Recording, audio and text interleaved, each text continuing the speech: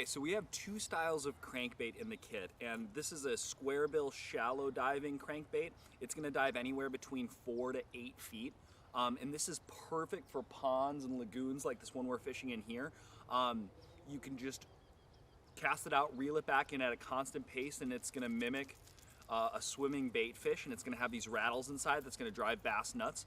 Now what you can also do is crank down 3 to 4 times and then pause. So it'll go pause, pause, and that'll mimic a wounded bait fish. So you wanna alternate between these two approaches. It depends on how the bass are feeding. If they're super active, you just wanna keep swimming it through because you get more distance, more range, you're covering more water, and you're gonna get a bunch of bass on it. If they're a little bit more lethargic, it's better to do the 4 to 5 cranks, pause, 4 to 5 cranks, pause, and then they're gonna hit on that pause. Now, the second crankbait we have is a rattling crankbait. It's like a trap crankbait, and what this will do is this will go and fish anywhere between 15 to 30 feet of water really well. It can fish shallower, but it's weighted and it sinks down, and you rip it back up and then let it sink back down. Rip it back up and let it sink back down. It's in a crawdad pattern, so it's really good for those rocky lakes, rocky reservoirs, places where there's a lot of crayfish, a lot of crawdads. Now, this pond doesn't have any crawdads in it. These fish have never seen the color red, and so while the bass are pretty active today, and I probably could catch some on this because it's such a great lure, it's super loud, the rattles are super loud, it's not what I would recommend. It's not the most effective approach. The most effective approach is this square bill crankbait because it's in the shad color, and I know that there are shad stocked in this pond. I've been seeing them all day long, and we've had a lot of success on shad profile. So this is the one I'm gonna be working. This one we're gonna save. It's more of a smallmouth bass lure too, and it does really well with walleye as well, but largemouth love it too. Everything loves this lure. It's just not ideal for this condition. So we're gonna focus on the shallow diving square bill. And I'm gonna do this on the spinning combo just so you guys can see the presentation on a more beginner approach versus the bait casting combo. So we're covering water. We're gonna start like clockwork, right? And we're gonna cover this deeper pocket. It's about 5 foot depths out there. And I'm just gonna cast this out. I'm gonna avoid these big bogs of pine needles because these are gonna get caught in the trebles. There's two sets of treble hooks. You're gonna wanna have pliers on when you're fishing these treble hooks. I'm just gonna cast it out, and we're gonna see how active they are with just a constant, steady pace. That's all we're doing. We're letting the lure do the work for us, and we're just constantly reeling in.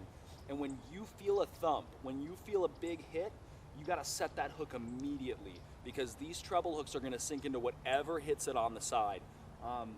Don't wait for it, just set the hook right away.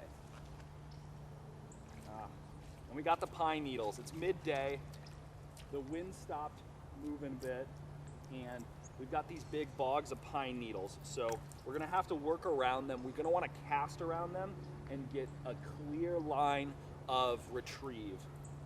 So always be checking your crankbait and clear off any debris, not only because it affects the way that the fish look at it. When they see those pine needles on it, they're not gonna want it, but it also really affects the way that the lure is moving. So you wanna test the lure and make sure that it's cranking down. As you reel in, it cranks down deeper. The faster you reel, the deeper it's gonna go. So you want a moderate pace when we're here with 5 feet of water because this is gonna dive anywhere between 5 to 8 feet. So we just want a constant, steady pace.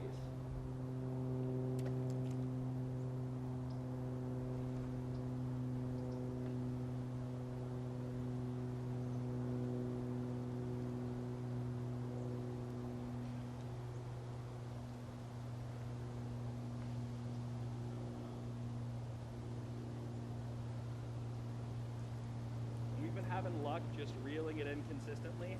I'm gonna show you guys real quick before I switch back over to reeling in consistently what it would look like if we're mimicking the wounded bait fish by cranking down and then pausing.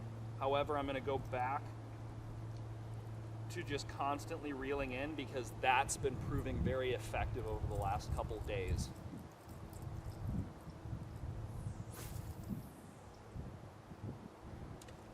So to mimic that, we're gonna get our line taut, we're gonna crank, crank, crank, and then pause. Load up, crank, crank, crank, And you can even just do it by pulling your rod down. So you can just go like that, and then pause, and then, and it'll float back up. So it'll go down, and then it'll kind of, and they'll hit on that pause. Cranking, pause.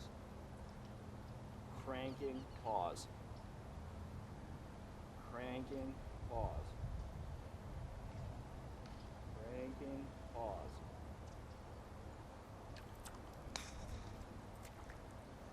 Great. I'm gonna go back to just swimming it though. I think that's gonna be more productive.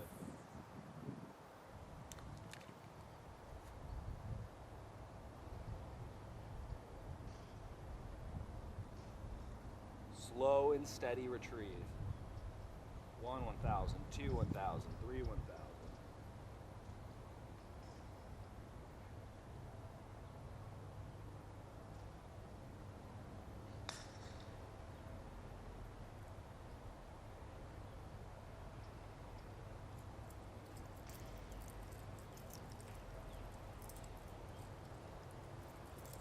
We're covering more water. We covered that side, we covered this side, now we're going to cast over here.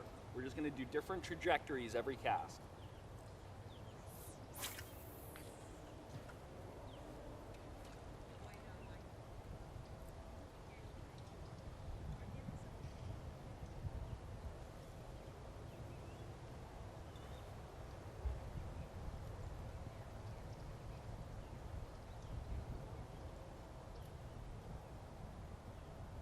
Now be conscious of your rod tip. The lower you keep your rod tip down, the deeper it's going to dive. The higher up in the water column it's going to be.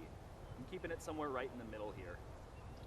All right, so we're going to be working this crankbait now, back and forth, just swimming it through. Let's see how we do today. This one's just swimming through, and then we're also going to be doing the mimicking a wounded bait fish, where we're going to crank down 3 to 4, and then pause, let it float back up, crank down, let it pause, crank down, let it pause.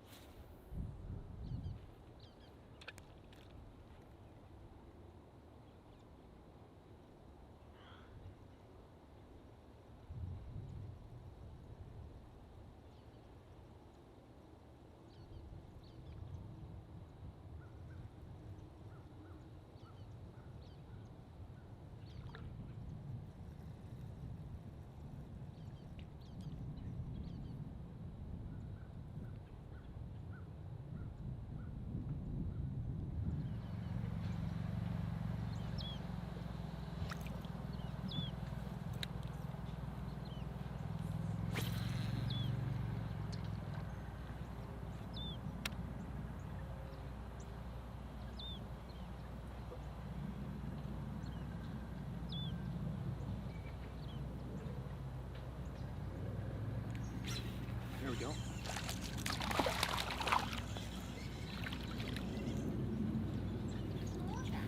It's a little one.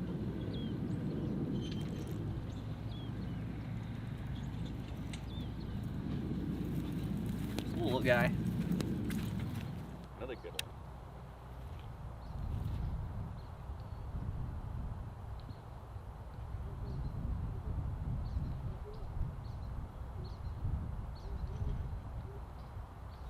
There we go. There's a fish. That's a better fish.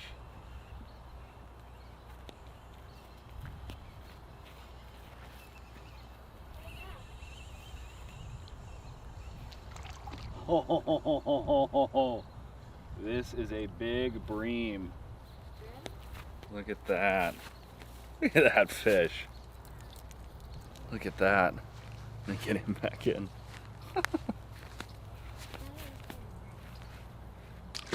B-R-E-A-M.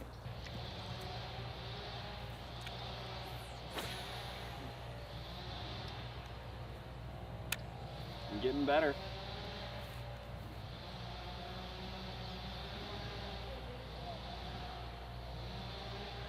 Oh, there we go. Oh, that's a nice fish. Oh, that's a very nice fish. Oh, oh.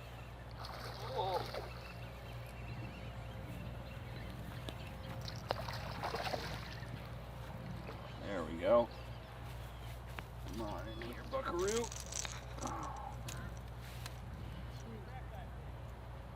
Here's a good fish. There we go. It's off the camera a little bit. There we go.